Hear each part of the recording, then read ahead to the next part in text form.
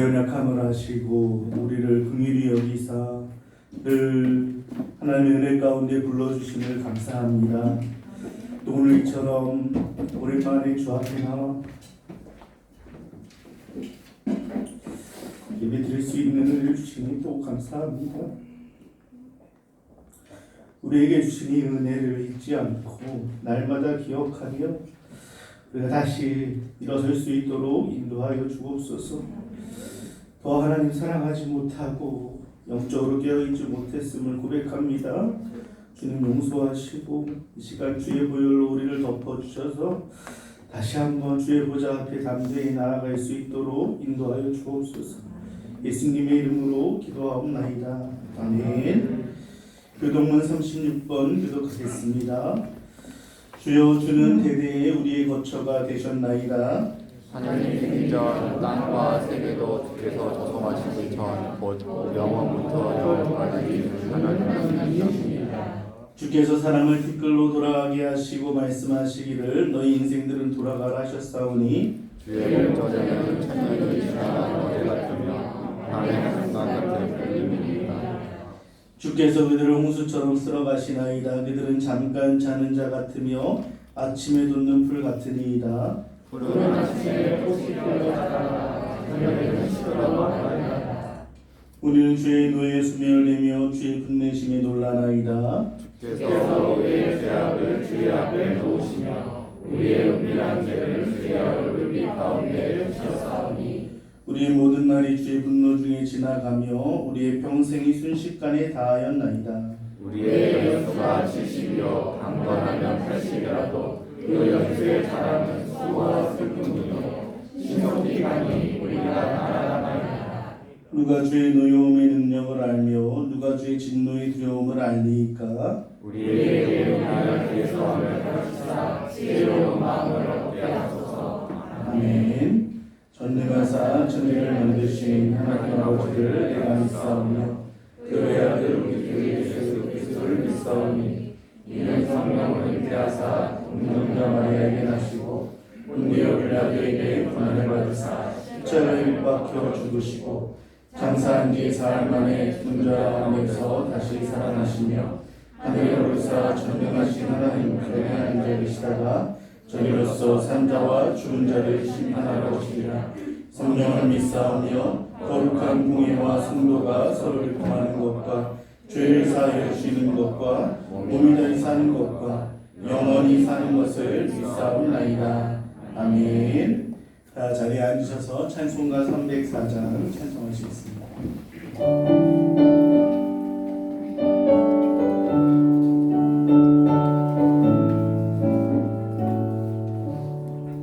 계신 하나님의 사랑 말로 다 영원하네.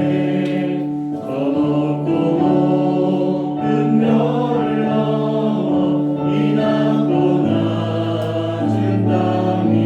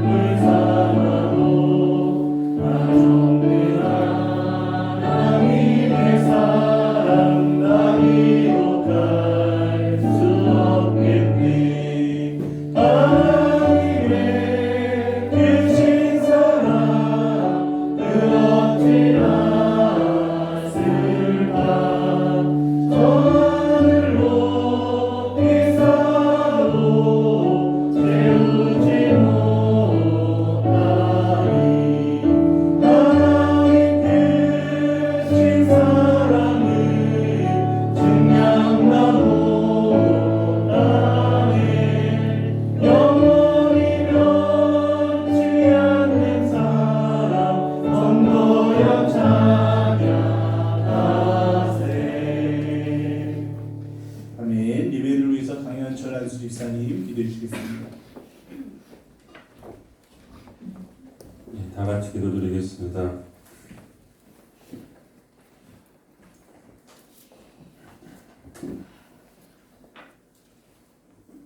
할렐루야. 우리 하나님을 찬양하는 일이 선함이요 찬송하는 일이 아름답고 마땅하도다. 여호와께서 예루살렘을 세우시며 이스라엘의 흩어진 자들을 모으시며 상심한 자들을 고치시며 그들의 상처를 싸매시는도다. 그가 별들의 수요를 세시고 그것들을 다 이름대로 부르시는도다. 우리 주는 위대하시며 능력이 많으시며 그의 지혜가 무궁하시도다. 여호와께서 겸손한 자들은 붙드시고 악인들은 땅에 엎드려 뜨르시는도다. 하나님 아버지, 다시 이렇게 우리가 성전 예배를 위해 모였습니다. 어렵고 힘든 상황에서도 여전히 우리 모두를 사랑하시고 기억하시어 예배의 자리에 모이게 해주심을 감사드립니다. 두세 사람이 모인 곳에도 함께 하신다는 주의 말씀에 힘입어 성전에 왔습니다. 모인다는 것 자체가 여전히 위협받고 제한받는 상황입니다. 그래서 오늘의 모임이 더욱 소중하고 사모해야 하는 것임을 깨닫습니다. 오늘 예배의 자리에 함께한 갈릴리 성도들 모두를 위로해 주시오. 여러 가지 형편으로 함께하지 못하는 성도들에게도 은혜와 긍휼을 베풀어 주시옵소서. 우주 만물이 모두 하나님의 계획하심에 따라 움직이고 어떤 상황도 창조주 하나님의 허락 없이는 일어나지 않음을 믿습니다. 우리 모두가 지나고 있는 이 어둡고 긴 터널의 의미를 지금은 알 수 없으나 겸손히 하나님을 바라보며 묵상 가운데서 세상을 빈틈없이 운영하시는 창조주 하나님의 뜻을 조금이나마 깨닫기를 원합니다. 연약한 우리가 하나님만 의지하고 바라봅니다. 주의 심판의 엄한 얼굴을 거두어주시고 환한 햇살처럼 우리에게 자비와 긍휼과 사랑의 얼굴을 비추어 주시옵소서. 속히 이 땅을 회복시켜 주시옵고 연약한 우리의 믿음을 사랑으로 품어 주시옵소서. 어려운 시기에 서로 위로하고 격려하기보다 오히려 다른 사람들을 탓하고 비난하는 악한 우리의 모습을 봅니다. 우리의 완고한 마음 또한 용서해 주시옵고 먼저 우리 자신의 생활을 되돌아보고 또 되돌아보는 자성의 시간이 되게 해 주시옵소서. 세계의 여러 나라는 여전히 혼란스럽고 우리나라 또한 많이 안정화되기는 하였으나 쉽사리 방심할 수 있는 상황은 아닙니다. 어른부터 아이까지 오랫동안 보이지 않는 위협에 갇혀있던 탓에 인내심이 점점 고갈되어 가고 있습니다. 눌려있던 긴장감이 풀리고 속히 예전으로 돌아가고자 들떠 있습니다. 마음속 깊은 곳에서는 다시 죄악의 본성들이 스멀스멀 피어오르고 있음을 고백합니다. 우리에게 항상 나그네의 삶을 살라 명하셨는데 보이지 않는 바이러스로 인해 우리가 이토록 위협받고 있는 상황에서도 여전히 이 땅의 것에 집착하고 보이는 것들을 자랑하고 과시하고 있음을 고백합니다. 보이지 않는 것에 대해 교훈삼아 우리 성도들이 보이지 않는 믿음을 더욱 두텁게 하고 보이지 않지만 모든 것을 통제하시는 창조주 하나님을 경외하고 사모하며 기대할 수 있게 해 주시옵소서. 우리 크리스찬들이 먼저 각자의 자리를 지키고 조금만 더 인내하며 솔솔수범하게 해 주시옵소서. 세상의 빛과 소금의 역할이 거창한 것이 아니라 지금 현재는 우리의 자리를 묵묵히 지키는 것임을 깨닫게 해 주시옵소서. 비난받을수록 세상에 더 본이 되는 겸손한 크리스찬들이 되게 해 주시옵소서.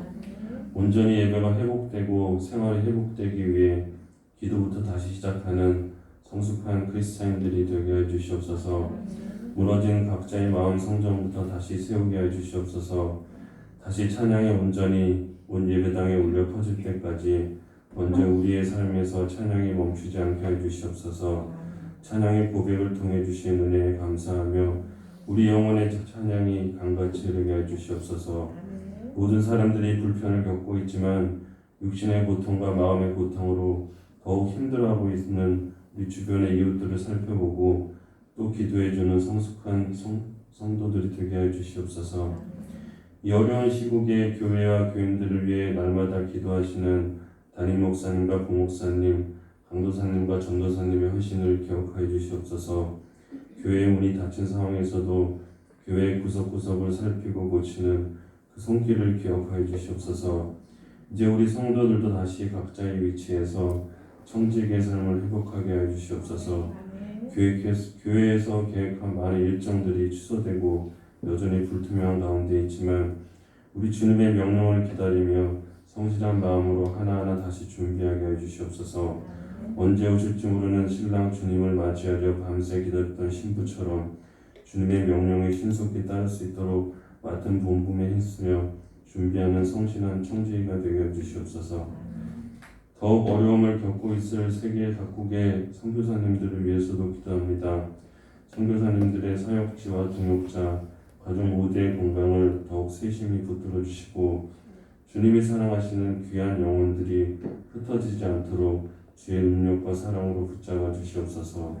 우리 또한 기도의 사명을 잊지 말고 날마다 선교지를 향해 동역하게 해 주시옵소서. 오늘 우리에게 주시는 하나님의 말씀을 더욱 사모하는 은혜의 시간이 되게 해 주시옵소서. 성령님과 함께 하시는 목사님의 말씀이 힘있게 선포되어 우리 모두를 권면하고 위로하게 해 주시옵소서. 우리 모든 성도들이 다시 한번 마음을 다잡고 나그네로서의 삶, 청지기로서의 삶, 천국 백성으로서의 삶을 되새기는 귀한 시간 되게 해 주시옵소서. 이 모든 말씀 우리의 구원자 되시고 치료자 되시는 예수 그리스도 이름으로 기도드렸습니다. 아멘.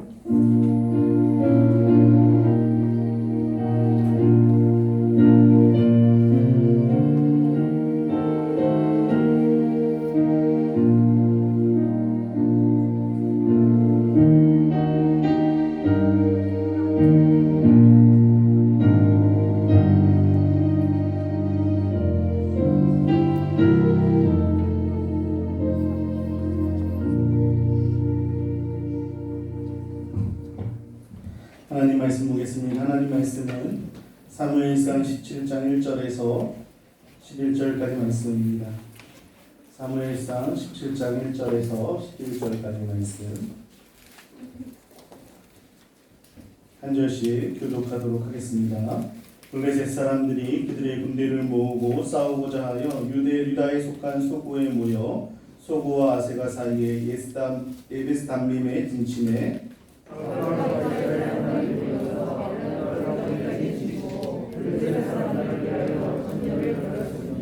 블레셋 사람들은 이쪽 산에 섰고 이스라엘은 저쪽 산에 섰고 그 사이에는 골짜기가 있었더라.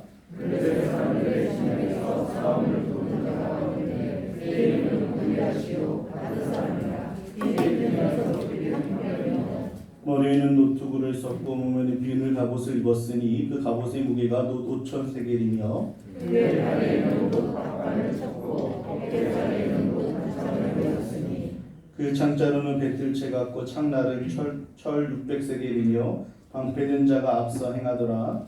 그가 서서 이스라엘 군대를 향하여 이르되 너희가 어찌하여 나와서 전열을 오르느냐. 나는 블레셋 사람이 아니며 너희는 사울의 신복이 아니냐.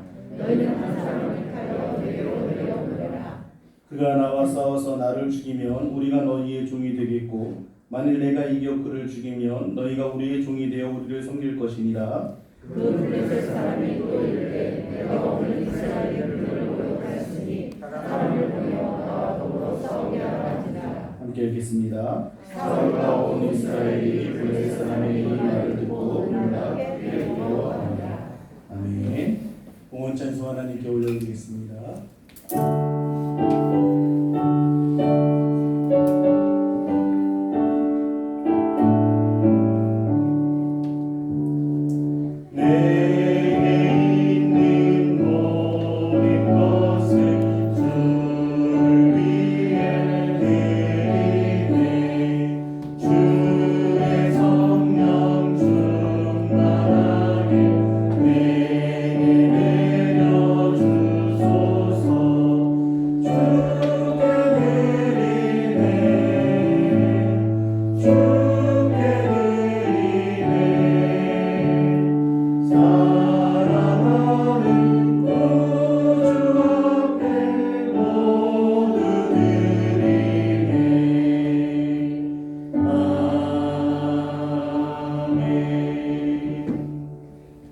다시 함께 모여서 예배할 수 있도록 은혜 주심을 감사합니다. 더욱 부흥하는 우리 교회 되게 하옵소서.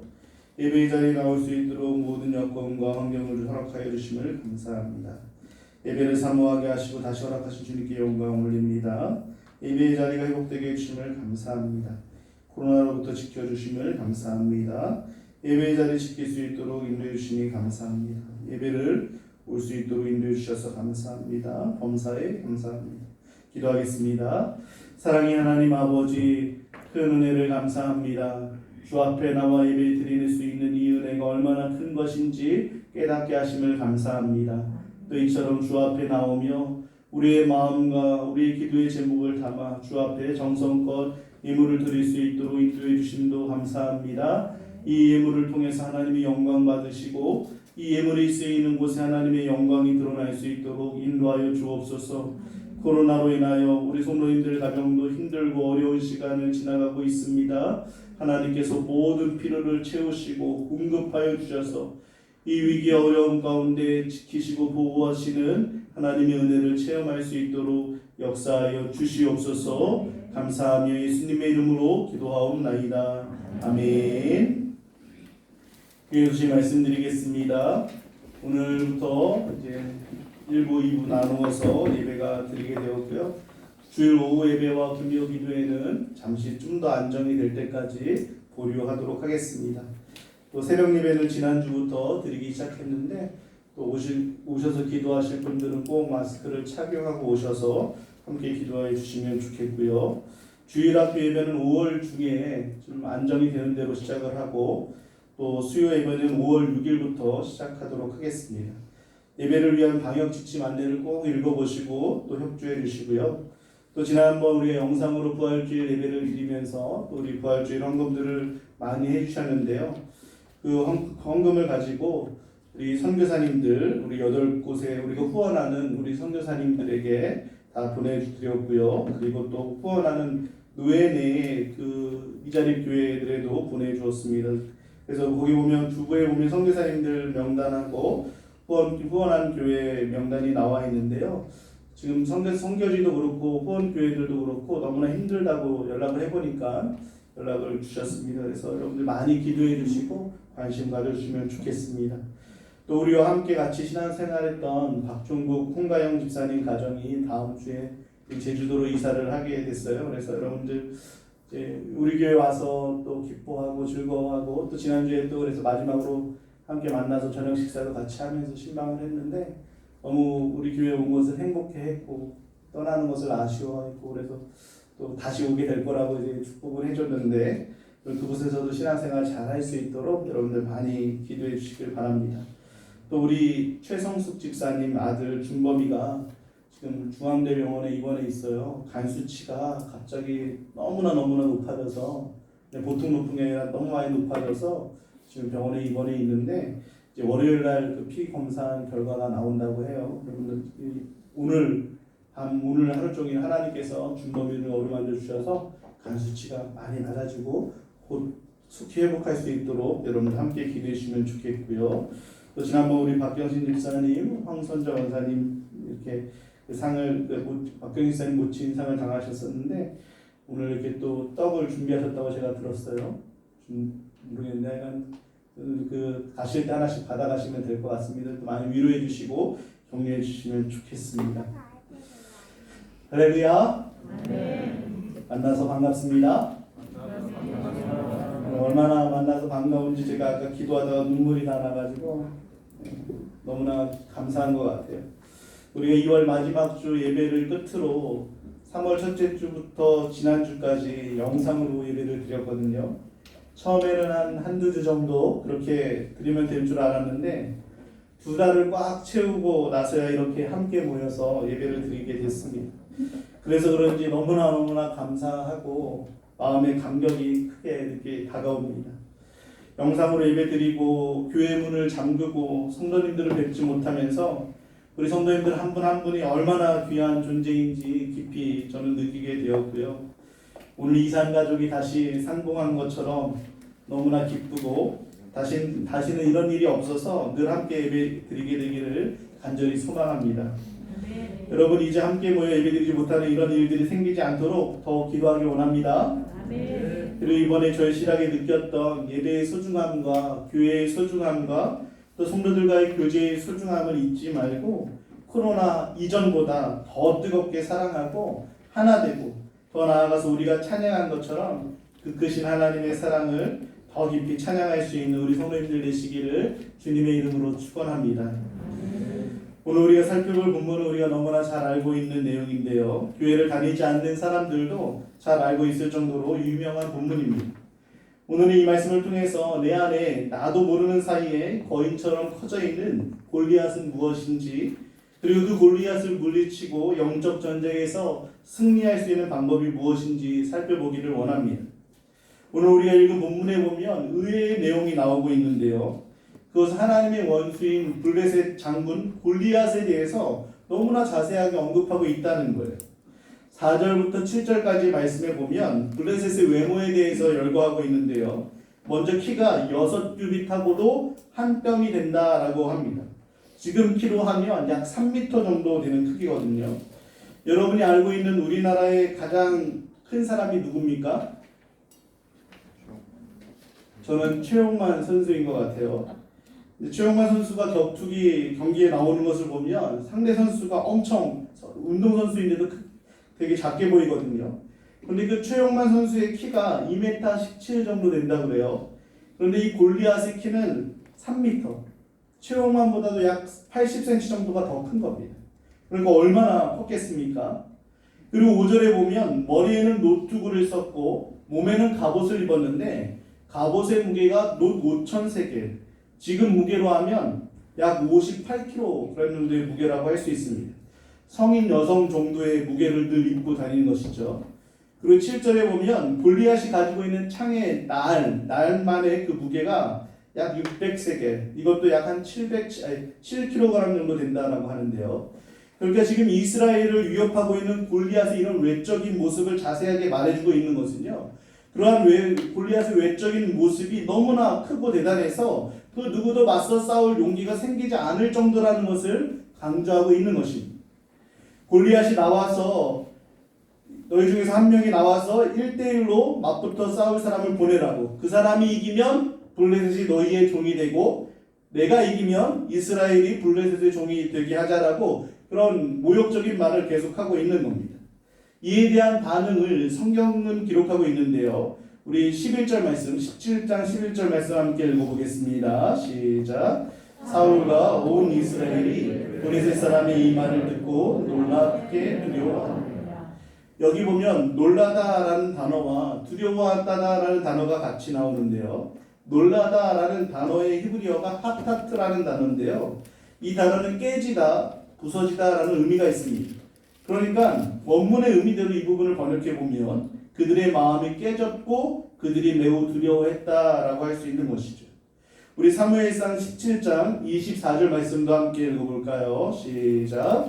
이스라엘 모든 사람이 그 사람을 보고 심히 두려워하여 그 앞에서 도망합니다. 이스라엘의 모든 사람들이 골리앗 한 사람을 보고 심히 두려워서 도망갔다라고 합니다.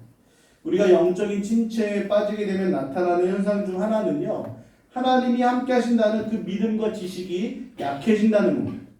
하나님이 함께 하시고 하나님이 도우시고 하나님이 승리케 한다는 그 믿음이 약해질 때 우리는 두려움이라는 그 거인에 사로잡히게 되는 것이죠. 그래서 성경은 두려움은 그냥 안 좋은 감정 정도가 아니라 불신의 죄라라고까지 말씀합니다. 두려움의 반대는 믿음이라고 할 수 있고요. 그 믿음이 없을 때 우리는 두려움에 빠지게 되는 것이죠. 반대로 어떤 상황을 만나든지 어떤 어려움에 처하든지 하나님이 함께 하신다는 그 믿음이 있을 때 우리는 강하고 담대한 마음을 가지게 되는 것입니다. 하지만 사울과 이스라엘 백성들은요, 골리앗의 그 큰 몸에 그 눈을 빼앗겼고요, 골리앗이 외치는 그 소리에 귀를 빼앗겨서 그들은 두려움에 빠지고 만 것이죠. 여러분 안에 자리 잡고 있는 이 두려움의 골리앗은 무엇입니까? 잠을 설치게 하고 걱정과 염려로 마음에 병이 생기게 하고 하나님께서 주신 기쁨과 즐거움을 빼앗아가는 그 두려움이 무엇입니까? 그것이 바로 우리의 믿음을 가로막고 있는 첫 번째 골리앗이라고 할 수 있습니다. 또한 두 번째로 우리 인생에 찾아오는 골리앗은요, 거절감이라고 할 수 있는데요. 모든 사람들은 자신의 말과 행동이 다른 사람들에 의해서 인정받게 되기를 원합니다. 아무리 자신이 그렇지 않다라고 말해도 우리 마음 한쪽에는 자신을 인정해주고 칭찬해주기를 간절히 열망하고 있다는 것이죠. 그런 욕구가 크면 클수록 반대로 인정받지 못하거나 또 거절당할 때 그 충격과 상처에서 벗어나지 못하는 경우가 많습니다. 심지어 자신이 무시를 당한 기억을 평생토록 잊지 않고 안고 사는 사람들도 많습니다. 어떤 종류의 그 거부는 시간이 지날수록 오히려 점점 더 곪아서 자신 안에 자신에 대한 불안감과 열등감, 자신이 버림받았다는 그런 느낌이 자리 잡아서 마음 깊이 새겨지게 되기도 합니다. 다윗이 골리앗과 싸우려고 할 때 다윗은요, 눈앞에 있는 커다란 골리앗보다도 자신을 더 좌절케 만들고 낙심케 만드는 거절감이라는 골리앗을 먼저 맞닥뜨려야 했거든요. 다윗은요, 그때에 형들에게 양식을 주기 위해서 그곳에 도착했는데요. 골리앗이 하나님과 하나님의 백성들을 모욕하는 말을 듣게 됩니다. 17장 26절 후반부에 보면 이 할례받지 않은 블레셋 사람이 누구기에 살아계신 하나님의 군대를 모욕하느냐라고 하면서 자신이 골리앗을 죽여서 이스라엘의 치욕을 제거하겠다라고 하나님의 그 의분을 가지고 이스라엘 사람들에게 선포하거든요. 그런데 그 말을 들었던 다윗의 큰형 엘리압이 이렇게 말합니다. 우리 17장 28절 말씀 다 같이 함께 읽어보겠습니다. 큰형 엘리압이 다윗이 사람들에게 하는 말을 들은지라 그가 다윗에게 노를 바라여 이르되 내가 어찌하여 이리로 내려왔느냐 들에 있는 양들을 누구에게 맡겼느냐 나는 내 교만과 내 마음의 완악함을 아노니 내가 전쟁을 구경하러 왔다. 다윗의 친형이라는 사람이 이처럼 동생에게 막말을 쏟아내고 있는 것이죠. 오히려 그런 동생을 자신의 뒤에 숨겨주고 보호해주거나 아니면 그래 너라면 할 수 있을 거야 라고 하면서 격려해줄 수도 있었을 겁니다. 그런데 오히려 모르는 사람보다 더 악한 말로 다윗을 좌절시키고 있다는 것이죠. 그도 그럴 것이요. 엘리압은 이미 자신이 더 인정받고 칭찬받고 싶은 욕구가 이 다윗으로 인해서 거절되는 상처를 받았기 때문인데요. 사무엘이 하나님의 명령을 따라서 이새의 아들에게 기름을 부어 왕을 삼으라고 했을 때 사무엘이 이새의 아들 중에서 장남 이 큰 형 엘리압을 보고 했던 말이 무슨 말이냐면 사무엘이 엘리압을 보고 마음에 이르기를 여호와의 기름 부으실 자가 과연 주님 앞에 있도다 이렇게 엘리압을 보고 감탄을 했습니다. 그런데 하나님은 사무엘에게 사람의 외모와 능력을 보지 않는다고 그 중심을 보신다고 하면서 엘리압이 아니라고 말씀하시죠. 그리고 나서 맨 마지막에 그 아버지도 잊고 있었던 아버지조차도 인정해주지 않던 들에서 양을 지키고 있던 다윗을 불러서 기름을 붓게 하십니다. 사무엘상 16장 13절에 보면 사무엘이 그의 형제 중에서 그에게 부었더니 라고 이렇게 말씀하거든요. 그러니까 지금 7명의 형들이 다 보고 있는 앞에서 사무엘이 누구에게 기름을 부어준 겁니까? 다윗에게 기름을 부어준 거예요. 아마도 그때부터 엘리압은 다윗이 자신의 자리를 빼앗았다라고 생각했던 것 같습니다. 엘리압은 자신이 거부당했다고 생각했고 그 거부당한 사람은 다른 사람을 거부하게 되는 것이죠. 거부를 당했다고 느끼거나 실제로 거부를 당하면 자신이 받은 그 도구로 주변 사람들을 더 아프게 할 가능성이 높습니다. 이처럼 첫 번째 다윗이 그 형에 의해서 거절을 당했고요. 두 번째로 거부를 당한 것은 사울왕에게였는데요. 사울왕은 다윗이 골리앗과 싸우겠다는 소식을 듣고요. 다윗을 불러서 이렇게 말합니다. 우리 17장 33절 말씀 다 같이 한번 함께 읽어보겠습니다. 사울이 다윗에게 이르되 내가 가서 저 블레셋 사람과 싸울 수 없으리니 너는 소년이요 그는 어려서부터 용사입니다. 이것은 쉬운 말로 하면 이봐 꼬마야 너는 아직 멀었어. 너는 너무너무 작아. 너는 약해. 너는 절대로 골리앗을 상대할 수 없어. 우리는 믿음의 삶을 살면서 혹은 인생을 살아오면서 이런 거절과 무시를 당해본 경험이 있을 겁니다. 너는 절대로 그걸 할 수 없어. 꿈도 꾸지 마. 너 그 정도 실력으로는 도저히 할 수 없을 거야. 누가 너 같은 사람을 원하겠어? 라는 이런 부정적인 거절의 소리를 듣게 될 때 우리는 더 이상 앞으로 전진할 수 없는 깊은 좌절감에 빠지게 될 때가 있습니다. 하지만 다윗은 그러한 사울 왕의 그 거절감이라는 골리앗마저도 다윗은 이겨내게 되는데요. 그리고 나서 진짜 거인을 맞닥뜨리게 됩니다. 그런데 그 골리앗마저도 다윗을 좌절시키는 말을 하죠. 42절 말씀에 보면 골리앗이 다윗을 보고 업신여겼다라고 하고요. 43절 말씀 우리 함께 다 같이 읽어보겠습니다. 시작. 블레셋 사람이 다윗에게 이르되 내가 나를 괴로 여기고 막대기를 가지고 내게 나와왔느냐 하고 그의 신들의 이름으로 다윗을 저주하고, 다윗이 갑옷도 입지 않고 칼도 없이 나오자 무시하면서 저주하는 말로 다윗이 싸울 의지를 꺾어버리고 있습니다. 이처럼 다윗이 믿음의 순종을 하고자 할 때 다윗 앞에는 수많은 거절과 무시의 골리앗들이 겹겹이 둘러싸고 있었습니다. 첫 번째는 그 친형 엘리압이었고, 두 번째는 사울 왕이었고, 세 번째는 골리앗이 다윗의 그 가는 길을 막고 그런 거절감을 주고 있다는 것이죠. 이처럼 우리가 믿음의 길을 걸어가고 하나님께서 기뻐하시는 삶을 살아가고자 할 때 가장 큰 장애물 중에 하나는요, 이처럼 우리의 믿음을 거부하고 무시하고 가로막는 그런 말들이라고 할 수 있습니다. 많은 성도님들이 이런 골리앗을 만나게 되면 믿음의 일을 포기하거나 봉사와 헌신을 포기하는 경우가 너무나도 많다는 것이죠. 왜냐하면 그런 말들로 인해서 내 마음에 생긴 상처가 열등감을 만들어내기 때문입니다. 맞아, 나는 할 수 없어. 난 잘 못할 거야. 나는 사랑받지 못하는 존재야 라고 하면서 스스로 자격지심에 빠지게 될 때가 있습니다. 이때 우리가 기억해야 될 것은요, 하나님이 나를 가장 아름답고 특별하고 합당하게 지으셨다라는 사실입니다. 다윗은 시편 139편에서 하나님이 자신을 지으심이 기묘하다라고 고백합니다. 여러분, 우리 한번 우리 자신에게 한번 고백해 볼까요? 나는 하나님의 걸작품입니다 라고 우리 고백해 봅시다. 있습니까? 하나님은 외모나 능력을 보시지 않죠. 하나님은 우리의 있는 모습 그대로를 사랑하십니다. 절대로 세상의 기준으로 우리를 판단하시지 않습니다. 그 누가 뭐라 해도, 어떤 무시와 거절의 말을 해도 하나님은 나를 사랑하시며 나를 통해 위대한 일을 이루어 가신다는 그 확신을 가질 때 우리는 거절감의 골리앗을 물리칠 수 있게 되는 것입니다. 그 하나님이 나를 택하셨다라고 에베소 1장은 말씀하고 있고요. 그것을 증명하기 위해서 나를 위해서 예수님이 십자가에서 생명을 내어주신 것입니다. 예수님의 십자가 위에서 저와 여러분의 가치를 더없이 분명하게 증명해 보여주셨습니다. 부하든 가난하든 우리의 진짜 가치는 돈에 있지 않고요, 우리의 모든 가치는 예수 그리스도에게 있습니다. 우리의 진정한 가치는 우리를 위해서 누구의 목숨이 희생되었는가에 따라 결정될 수 있는 것입니다. 예수님이 자신의 생명을 내어줄 만큼의 가치가 여러분에게 있다는 사실을 기억함으로 인해서 여러분 앞에 놓여지는 거절감, 좌절시키는 그 모든 골리앗들을 무너뜨릴 수 있기를 주님의 이름으로 축원합니다. 아멘. 우리 안에 있는 세 번째 골리앗이 있는데 그것은 안일함이라는 골리앗입니다.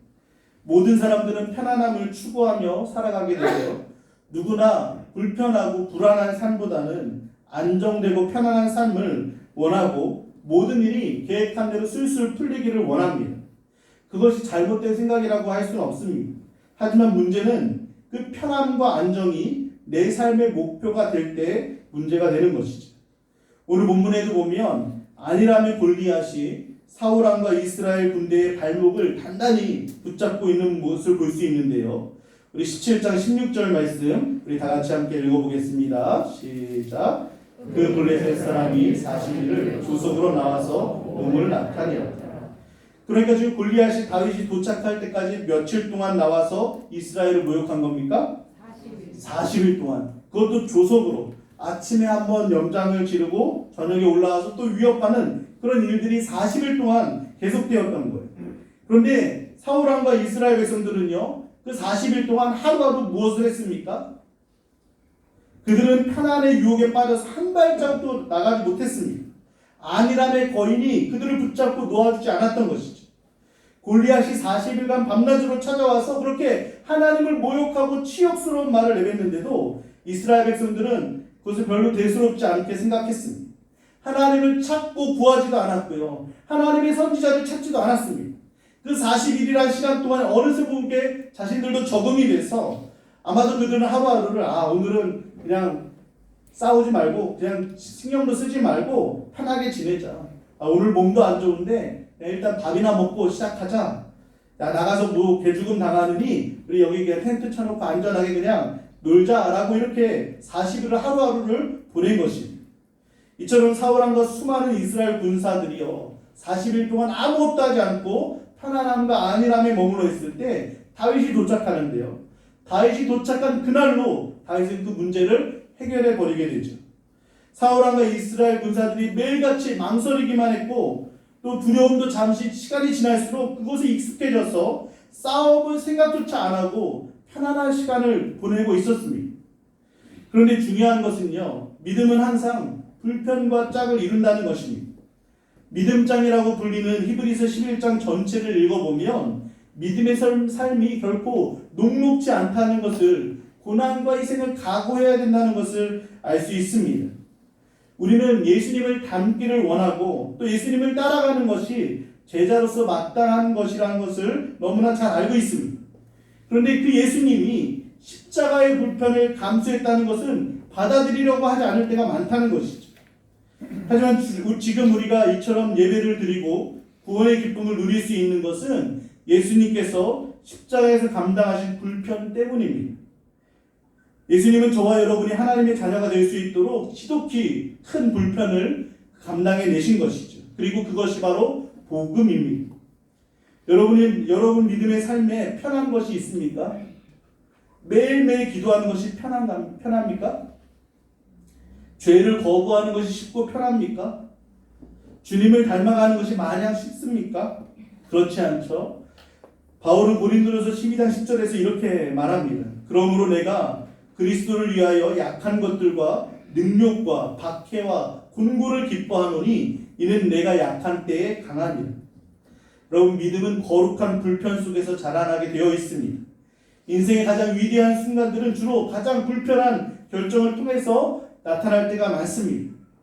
코로나19 이후에 어느샌가 모르게 우리의 마음에 찾아온 가장 큰 골리앗은 이처럼 편안과 안일함의 골리앗이라고 할 수 있을 것 같습니다. 바이러스라는 위험 때문에 우리는 영적인 수고와 불편을 외면하는 습관이 어느샌가 모르게 생겼을 수도 있습니다. 영적인 게으름에 빠져서 매일매일 기도하던 습관을 빼앗기고 영혼 구원을 위해서 전도하며 말씀을 묵상하던 그 좋은 습관들도 놓쳐버렸을 수도 있을 겁니다.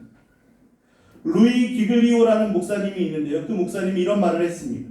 당신을 살린 불편한 십자가에 당신의 삶을 담그라. 다시 한번 읽어드릴게요. 당신을 살린 불편한 십자가에 당신의 삶을 담그라. 그렇습니다. 우리의 신앙을 가로막고 믿음의 전진을 방해하는 가장 큰 골리앗은 바로 이런 편함과 안일함의 골리앗이라고 할 수 있습니다. 하지만 믿음은 우리를 살린 그 불편한 십자가에 내 삶을 담글 때 자라나게 되는 것이죠. 오늘 말씀을 통해서 사울왕과 이스라엘 백성들처럼 편함과 안일함에 빠져서 하나님께서 주신 사명과 목적을 잃어버리고 살아가는 것이 아니라 다윗처럼 모든 불평과 불가능을 무릅쓰고 나아가 싸움으로 인해서 하나님을 기쁘시게 할 수 있는 우리 성도님들 되시기를 주님의 이름으로 축원합니다. 이처럼 우리 안에는 두려움이라는 골리앗, 거절감이라는 골리앗, 안일함이라는 골리앗들이 우리의 믿음을 방해하고 있는데요. 그렇다면 이처럼 우리 안에 있는 이런 골리앗들을 물리칠 수 있는 방법은 무엇일까요? 우리는 보통 다윗과 골리앗 이 사건을 나에게 적용시키면서 다윗을 내 자신으로 보려는 경향이 많습니다. 하지만 어쩌면 다윗이 아니라 다윗의 친형 엘리야의 모습이 나의 모습일 수 있고요. 사울왕과 이스라엘 백성들의 모습이 바로 저와 여러분의 모습이라고 할 수도 있습니다. 눈앞에 있는 골리앗만이 문제가 아니라 바로 우리 안에 있는 그 두려움이라는 골리앗, 거절감이라는 골리앗, 안일함이라는 그 골리앗이야말로 더 큰 문제라는 것이죠. 그런데 오늘 본문의 전쟁의 모습이 좀 이상합니다. 굳이 이스라엘의 대표와 블레셋의 대표가 나와서 전쟁의 승패를 결정하자라고 하고 있는 것이죠. 여기에는 굉장한 성경적으로 중요한 의미가 있는데요. 대표 주자가 나와서 싸워서 이기면 그 대표 주자가 대표하는 팀이 다 이기게 되는 것이죠. 그게 바로 이 싸움의 원리인데요. 그래서 우리의 대표 주자가 나가서 이기면 우리가 다 이기는 것이고 우리의 대표 주자가 나가서 지면 우리가 다 지게 되는 것입니다. 다윗이 물맷돌로 골리앗의 머리 이마를 맞춰서 쓰러뜨리고 골리앗의 칼로 골리앗의 머리를 베어버리죠.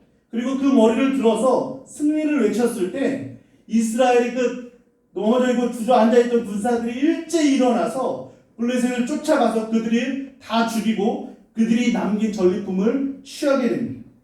즉 이스라엘 백성들은요, 그들이 승리하기 위해서 나간 것이 아니라 다윗이 다 이겨놓은 승리를 거두기 위해서 나간 것이라고 할 수 있다는 것이죠. 사무엘상 17장 4절에서 이 골리앗을 소개할 때 어떻게 소개하고 있냐면요, 싸움을 도두는 자가 왔다라고 이렇게 소개합니다. 싸움을 도두는 자라는 이 부분이 히브리어의 베나임이라는 단어로 되어 있는데요, 이 뜻이 뭐냐면 챔피언이라는 뜻이 있습니다.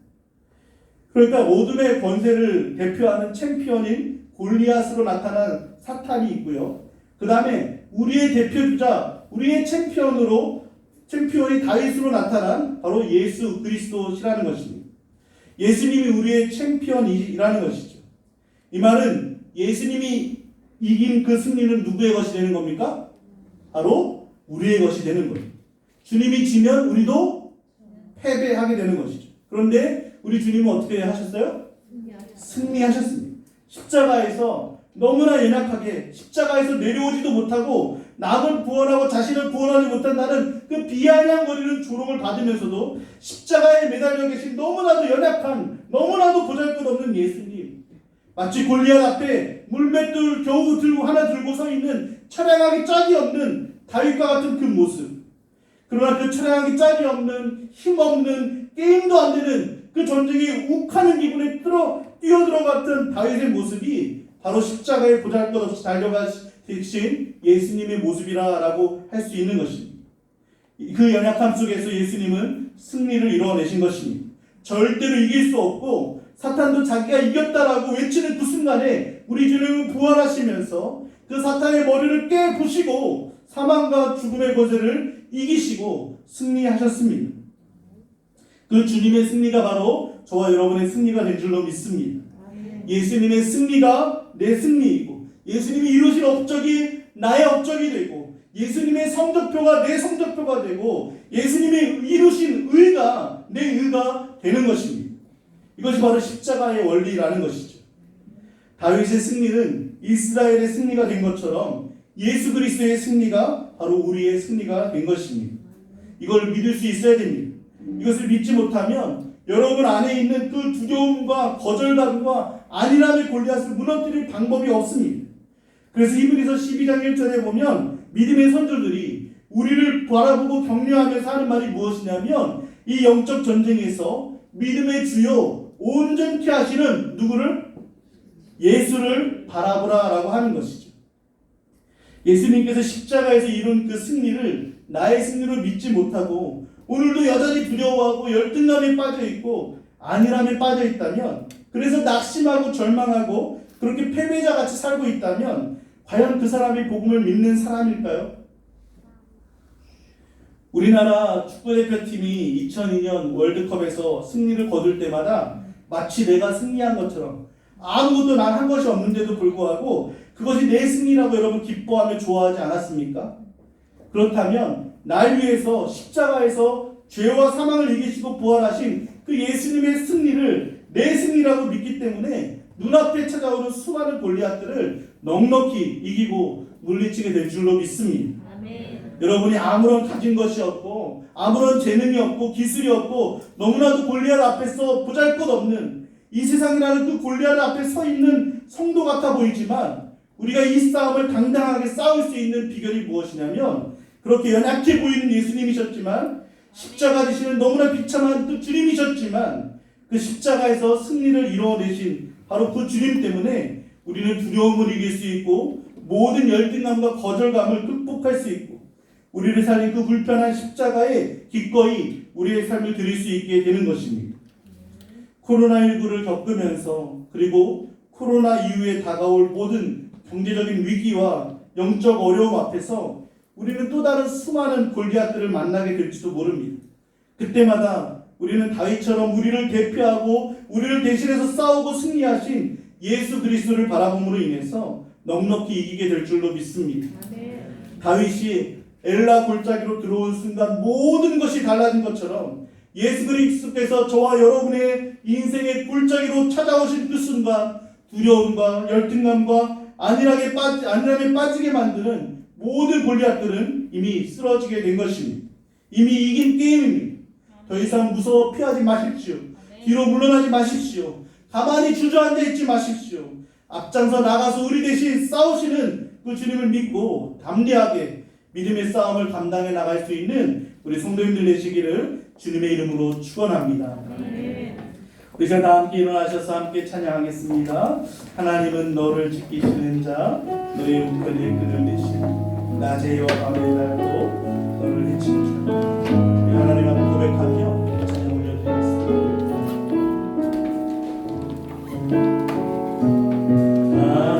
하나님은 너를 지키시는 자, 너의 우편에 그늘 되시니 낮에 해와 밤에 달고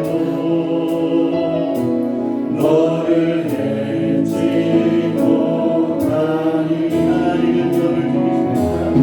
하나님은 너를 지키시는 자, 너의 원한을 경태하시니 그가 너를 지키시리라.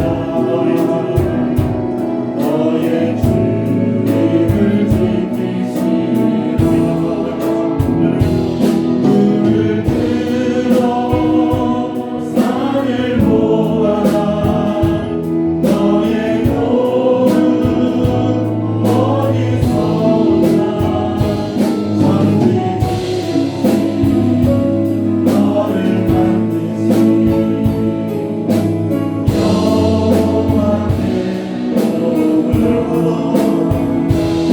눈을 들어 산을 보아라. 너의 도는 어디서 오나. 천지지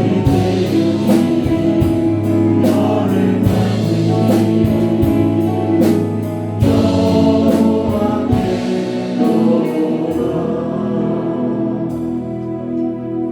이 시간 눈을 감고 여러분 안에 있는 골리앗을 한번 보십시오.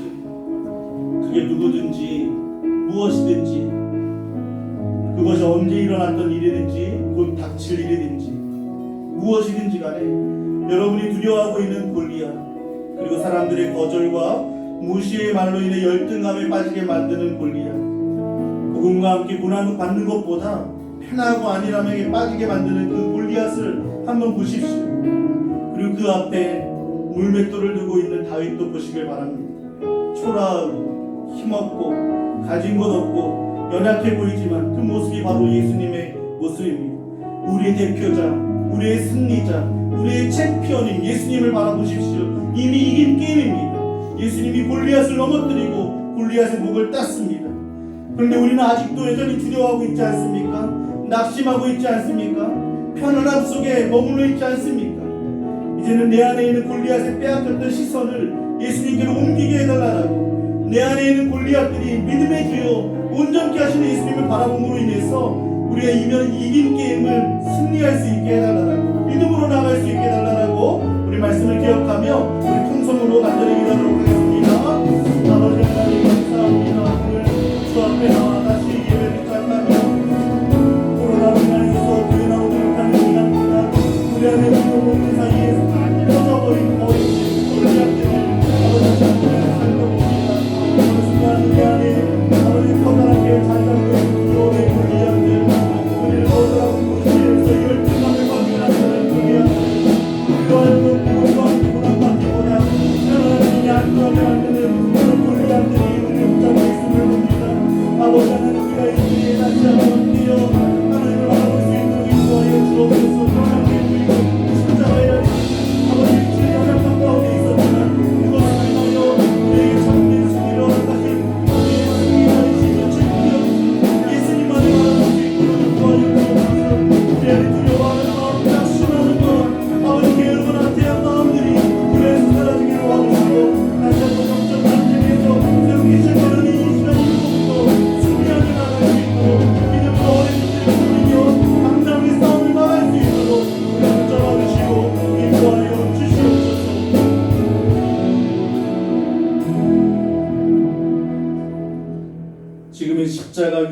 통하여서 우리의 가치를 증명하신 예수 그리스도의 은혜와 두려움과 거절감과 편안함의 골리앗을 물리치신 성부 하나님의 크신 사랑과 다시 당당하게 깨어 믿음의 길을 걷게 하시는 성령님의 감화감동 교통하심의 역사가 모든 성도님들과 가정 위에 자녀와 기업 위에 우리 교회와 나라와 모든 선교사님들 위에 이제부터 영원토록 함께 있을지어다.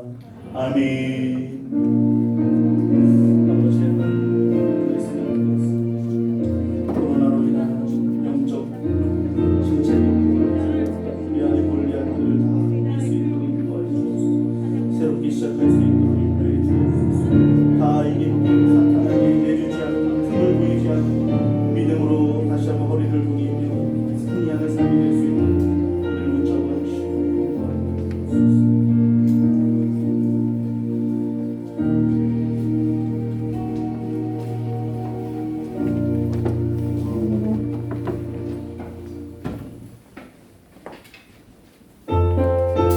함께 박수치면서 찬양하겠습니다.